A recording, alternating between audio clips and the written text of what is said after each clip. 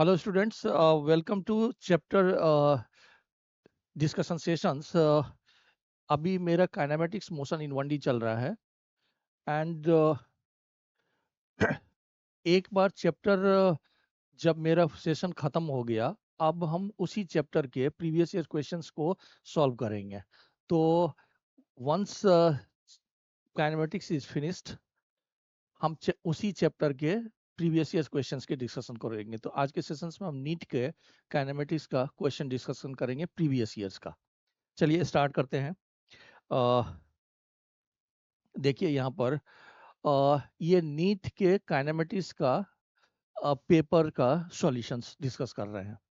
A vehicle travels half the distance with speed v and the remaining distance with speed 2b.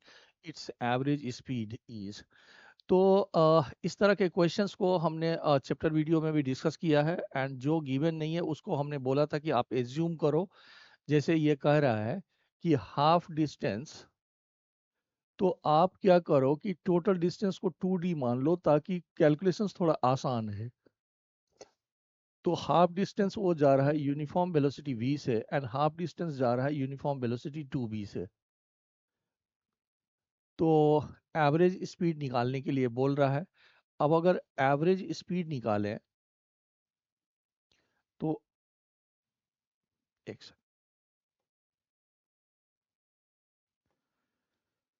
v average is equal to total distance. तो यहाँ पर total distance 2d है and total time. तो इस half को cover करने का जो टाइम होगा और दूसरे हाफ का जो कवर करने का टाइम होगा वो अलग होगा। तो अगर आप velocity is equal to distance upon time लिखो तो आप टाइम को डिस्टेंस अपॉन वेलोसिटी लिख सकते हैं। तो जो फर्स्ट हाफ का टाइम है वो d/v हो जाएगा एंड सेकेंड हाफ का जो है वो t/2v हो जाएगा। तो इसके बेसिस पर यहाँ पर 2b एलसीएम ले लें तो ये 2 + 3 हो जाएगा। तो इससे ये 4v/3 आ जाएगा।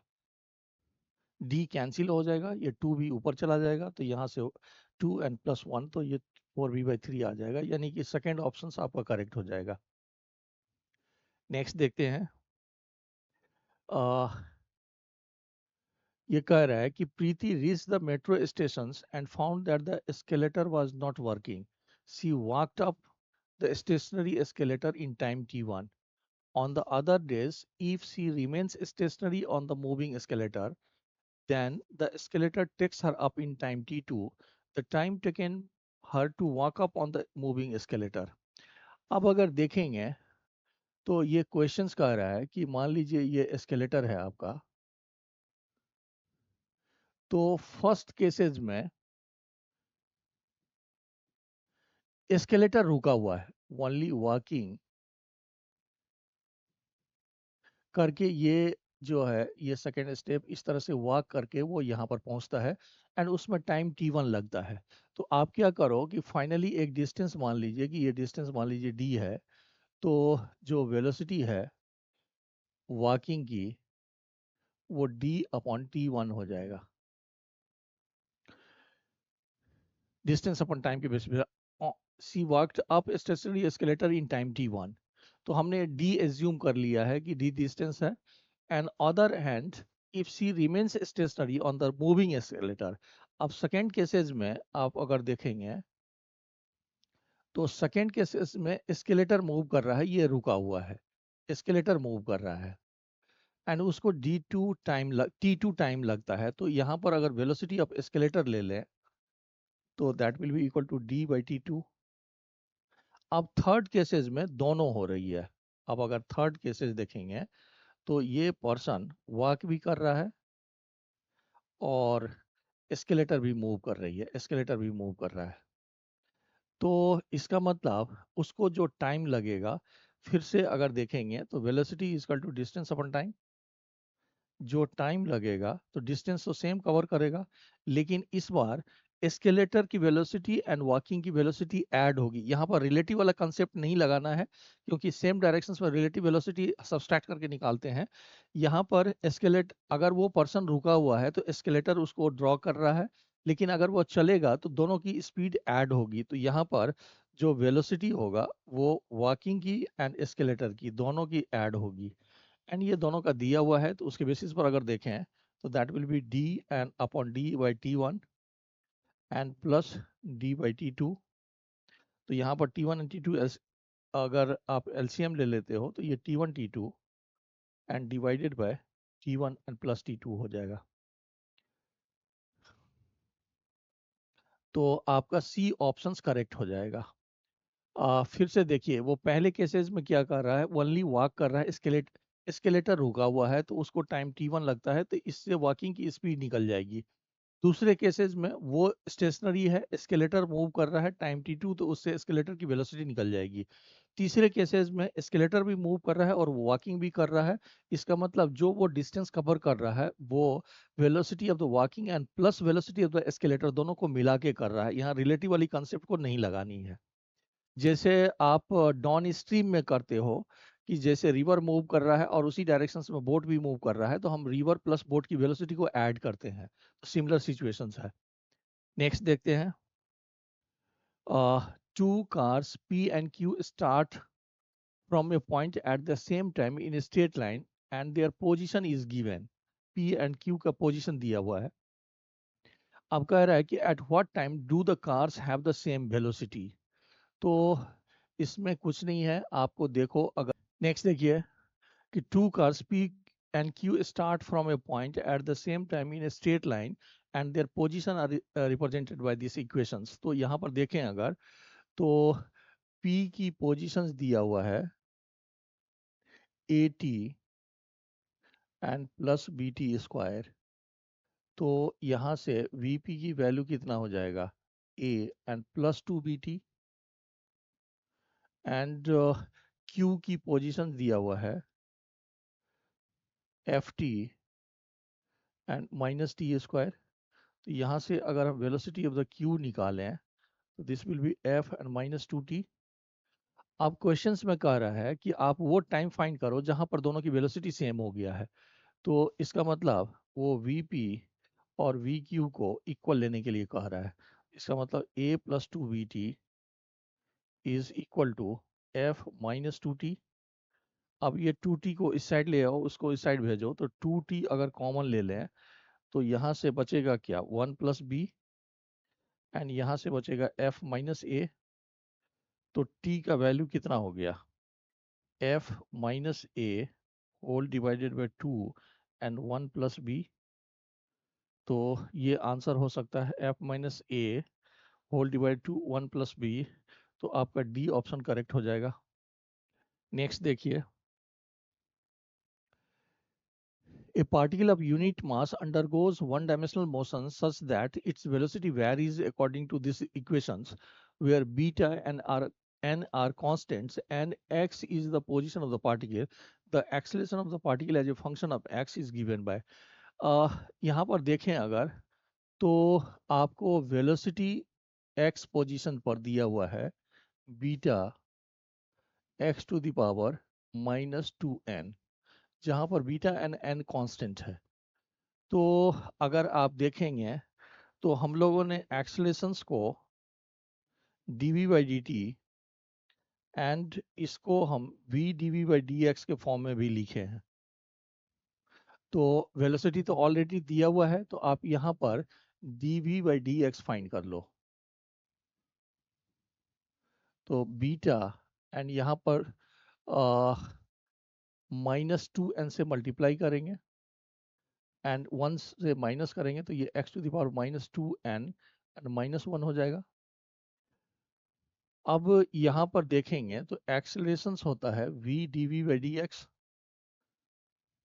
तो v के जगह पर हम लिखेंगे beta x⁻²n multiplied by -2n beta and x⁻²n and -1। तो ये कितना हो गया, -2n beta square and into इसको ऐड करेंगे तो ये x⁻⁻4n एंड -1 हो जाएगा। तो -2n beta square and e⁻⁻4n -1। तो बी ऑप्शन आपका करेक्ट हो जाएगा। नेक्स्ट देखते हैं। Motion of a particle along a straight line is described by the equation where x is in meter and t in second, the retardation of the particle when its velocity becomes 0. तो अब अगर देखेंगे तो आपको x की value देखिए कितना दिया हुआ है, 8 and plus 12t and minus t cube minus t cube। तो यहाँ पर dx by dt निकाल लो, तो dx अपन dt की वैल्यू कितनी हो गई, 12 and minus 3t। इसका मतलब वेलोसिटी की वैल्यू कितना हो गया, 3t²। तो वेलोसिटी आपका है 12 माइनस 3t²। तो एक्सेलरेशन कितना हो जाएगा, -6t हो जाएगा। अब ये कह रहा है कि एक्सेलरेशन की वैल्यू फाइंड करो जब वेलोसिटी 0 है। तो अगर यहाँ पर आप वेलोसिटी को 0 सेट करोगे तो t का वैल्यू 2 सेकेंड आ जाएगा। क्वेश्चन में कह रहा है कि आप एक्सेलरेशन उस टाइम में फाइंड करो जब वेलोसिटी 0 है। तो अगर आप वेलोसिटी को 0 यहाँ फेड करोगे तो 3, 4 एंड 2 सेकेंड आ जाएगा। इसका मतलब एक्सेलरेशन की वैल्यू -12 मीटर पर सेकेंड स्क्वायर आ जाएगा। और रिटार्डेशन ऑलरेडी लिखा हुआ है तो उसमें नेगेटिव लिखना जरूरी नहीं है। इसका मतलब D option is the correct. Next देखिए, a particle covers half of its total distance with speed v1 and the rest half distance with speed v2. Its average speed during the complete journey। अब इस तरह का question already कर चुके हैं कि ये हाफ डिस्टेंस को कवर कर रहा है v1 से एंड हाफ डिस्टेंस को कवर कर रहा है v2 से। हमने टोटल डिस्टेंस को 2d माना है ताकि ये कैलकुलेशंस में इजी करे। तो अब अगर एवरेज स्पीड निकालेंगे तो टोटल डिस्टेंस हो गया 2d एंड टाइम, इस पहले वाले का जो टाइम होगा वो d/v1 हो जाएगा एंड दूसरे वाले का टाइम d/v2 हो जाएगा। तो ये कितना हो गया, 2v1 v2 divided by v1 plus v2, d cancel हो जाएगा यहाँ पर। तो आप अगर देखेंगे तो सी ऑप्शन हमारा करेक्ट हो जाएगा। नेक्स्ट देखिए, a particle moves a distance x in time t according to the relations x is equal to t plus 5 to the power -1, the acceleration of the particle is proportional to।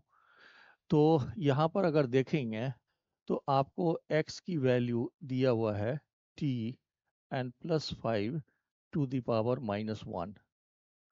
तो पहले dx by dt निकाल लीजिए। तो dx by dt is equal to -1 and t to +5 to the power -2। तो इसका मतलब हमारा जो वेलोसिटी है वो -1/t+5 whole to the power square ऐसा कह सकते हैं। अब अगर आप फिर एक्सीलरेशन बोला है तो यहाँ पर dv/dt निकालेंगे। dv/dt निकालें तो इसको आप चाहो तो -t+5 and to the power -2 लिख दीजिए। तो ये क्या हो गया, -2 से मल्टीप्लाई करेंगे तो ये 2 हो जाएगा and t+5 and whole to the power -3 हो जाएगा। तो अब अगर देखें तो ये एक्सेलरेशन है आपका, this is your acceleration 2 and t+5 and whole to the power 3 ऐसा बोल रहा है ये। अब ये किसके प्रोपोर्शनल है ये आपको क्वेश्चन में पूछ रहा है ये। तो ये देखें तो एक्स क्यूब के डायरेक्टली प्रोपोर्शनल है, लेकिन एक्स क्यूब ऑप्शन में नहीं है तो आपको वेलोसिटी के टर्म में देना पड़ेगा एंड वेलोसिटी की मैग्नीट्यूड ले सकते हैं। तो इसको आप अगर चाहो तो 2 एंड मल्टीप्लाइड बाय यहाँ पर इसको 1/t+5 का whole square and multiplied by 1/t+5 ऐसा लिख सकते हैं।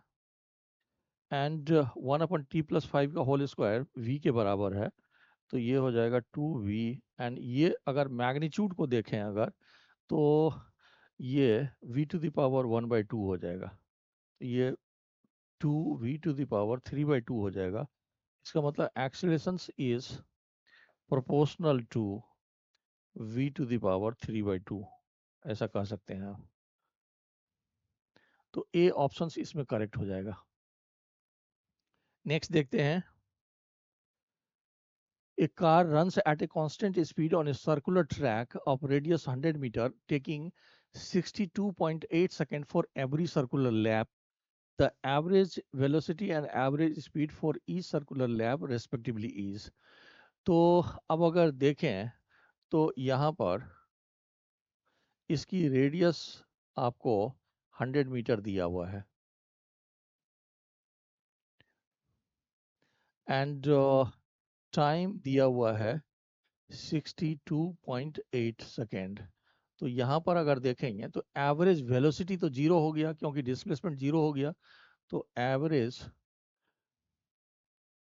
वेलोसिटी मैं लिख ही देता हूँ, एवरेज वेलोसिटी इज जीरो क्योंकि डिस्प्लेसमेंट जीरो है। अब अगर एवरेज स्पीड देखें, एवरेज स्पीड देखेंगे तो टोटल डिस्टेंस यानी कि 2πr and divided by total time ऐसा लिखेंगे। तो उसको एक बार राउंड ट्रिप को कंप्लीट करने का जो टाइम है वो 62.8 सेकेंड्स आपको दिया हुआ है। तो यहाँ पर 2 multiplied by 3.14 multiplied by 100 and divided by 62.8 ऐसा लिख सकते हैं। तो ऊपर हो गया 62.8 एंड ये 62.8 एंड मल्टीप्लाइड बाय 10 लिख सकते हैं। तो एवरेज स्पीड की वैल्यू 10 मीटर पर सेकेंड हो जाएगा, एंड एवरेज वेलोसिटी जीरो है। तो इसका मतलब फर्स्ट ऑप्शन हमारा करेक्ट हो रहा है। नेक्स्ट देखिए, the displacement x of A particle. देखिए यहाँ पर क्वेश्चंस में ऐसा कोई क्वेश्चन नहीं है जिसमें कोई कॉम्प्लिकेटेड कंसेप्ट लगा हुआ है। इस सेशन का मकसद ये है कि आप स्पीडली अपनी एक्यूरेसी को कैसे मेंटेन करोगे एग्जामिनेशंस में। इस सेशन का जो मेन मकसद है वो ये है। तो यहाँ पर देखेंगे अगर, तो x की वैल्यू आपको a एंड e⁻−α_t दिया हुआ है, and plus b and e⁻βt दिया हुआ है। अब ये कह रहा है कि a b alpha beta are positive constant, the velocity of particle will. अब इस इक्वेशन के बेसिस पर आपको वेलोसिटी के बारे में ये प्रेडिक्ट करना है कि वो कांस्टेंट है या इंक्रीजिंग है या डिक्रीजिंग है। तो यहाँ पर अगर dx/dt निकालें तो dx/dt will be equal to -α a e⁻−α_t and plus b beta and e⁻βt। अब यहाँ पर हमारा वेलोसिटी तो निकल गया, that is the -α a and e⁻−α_t and plus b beta and e⁻βt। ये हमारा वेलोसिटी निकल गया। अब ये कह रहा है कि इस वेलोसिटी के बारे में कि velocity the particle will decrease with time, be independent of alpha beta, drop to zero, increase with time. अब अगर देखें तो हमने मैक्सिमा एंड मिनिमा के कंसेप्ट को डिस्कस किया है। तो आप क्या करो, यहाँ पर dv/dt निकाल लो।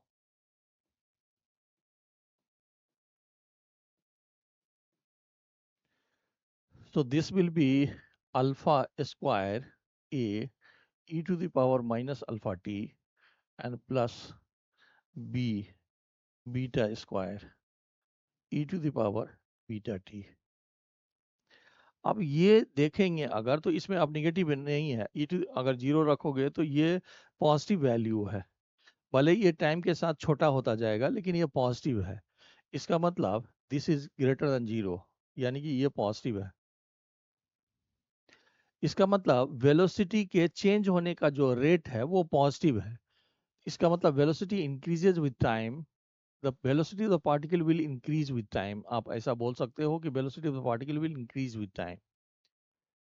यहाँ पर देखिए, यहाँ पर वेलोसिटी ये है। अब इस निगेटिव से हमें पता नहीं चल रहा है लेकिन अगर dv बाई dt करें तो उसकी वैल्यू पॉजिटिव आ रही है, इसका मतलब वेलोसिटी के चेंज का जो रेट है that is positive, that's why velocity is always increasing. Next देखिए, the position x of a particle varies with time, the acceleration of the particle will be zero at time t equals to। तो आपको positions दिया हुआ है कितना, a t square and minus b t cube. तो इसको differentiate करेंगे तो वेलोसिटी मिलेगा, यानी कि that is 2at and minus 3bt square. और इसको डिफ्रेंशिएट करेंगे तो एक्सेलेरेशन यानी कि dv बाई dt एक्सेलेरेशन मिलेगा, तो एक्सेलेरेशन इक्वल टू हो गया 2a and minus 6b and t। अब ये कह रहा है कि acceleration of the particle will be zero at time, तो जीरो इक्वल टू हम लिखेंगे 2a minus 6b into t, so t will be equal to 2a upon 6b, यानी कि that will be equal to a upon 3b। तो a upon 3b यानी कि b option आपका correct हो जाएगा। नेक्स्ट देखिए, particle moves along a straight line such that its displacement at any time is given by this equation, the velocity when the acceleration is zero। तो अब अगर देखें तो ये सिमिलर टाइप का क्वेश्चन है, s equal to t cube minus 60 square plus 3t and plus 4।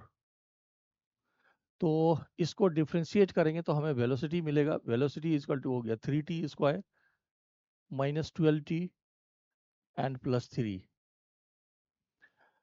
अब इस वेलोसिटी को फाइंड करना है व्हेन एक्सेलरेशन इज जीरो, तो इसको डिफरेंशिएट करोगे तो एक्सेलरेशन मिलेगा, so that is equal to 6t and minus 12।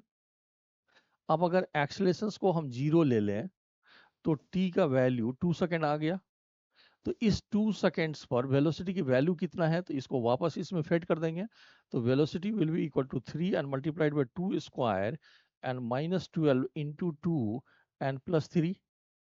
तो ये कितना हो गया, 12 माइनस 24 एंड प्लस 3, तो माइनस 9 मीटर पर सेकेंड हो गया। वेलोसिटी निगेटिव हो सकता है, तो माइनस 9 मीटर पर सेकेंड है, इसका मतलब D option is the correct answer. Next देखिए, ए बस travelling the first one third distance at a speed of 10 km per hour, the next one third distance at 20 km per hour, and the last one third distance at 60 km per hour, average speed निकालना है। देखिए आपको करना क्या है कि आप total distance को d नहीं मान करके 3d मान लो, तो ये तीन पार्ट्स में डिवाइडेड है, d d एंड d। वैसे हम d डिस्टेंस को लेकर के भी सॉल्व कर सकते हैं, तो ये डिस्टेंस d बाई 3 हो जाएगा, ये d बाई 3 होगा, ये d बाई 3 होगा, लेकिन उससे आंसर में कोई अंतर नहीं आएगा और आपकी कैलकुलेशन थोड़ी इजी हो जाएगी। अब ये कह रहा है कि यहाँ पर जो स्पीड है वो है 10 किलोमीटर पर आवर, नेक्स्ट में जो स्पीड है वो 20 kilometre per hour, and last one जो है वो 60 किलोमीटर पर आवर है। तो अगर आप हर एक का टाइम देखेंगे तो velocity is equal to distance upon time से आपका जो टाइम है that is equal to distance upon velocity. तो टोटल टाइम अगर निकालेंगे तो d upon 10 plus d upon 20 and plus d upon 60 यहाँ से निकल गया। अब यहाँ पर आप 60 ले लो एलसीएम, तो ये हो गया 6d and plus 3d and plus d, तो ये हो गया 10d डिवाइडेड बाई 60, तो d बाई 6 हो गया। अब अगर एवरेज स्पीड निकालेंगे तो that will be equal to total distance, हमने 3d एज्यूम किया है, and total time d upon 6 निकला है, तो ये 18 किलोमीटर पर आवर ये हमारा एवरेज स्पीड निकल गया। तो C option is the correct answer. Next देखिए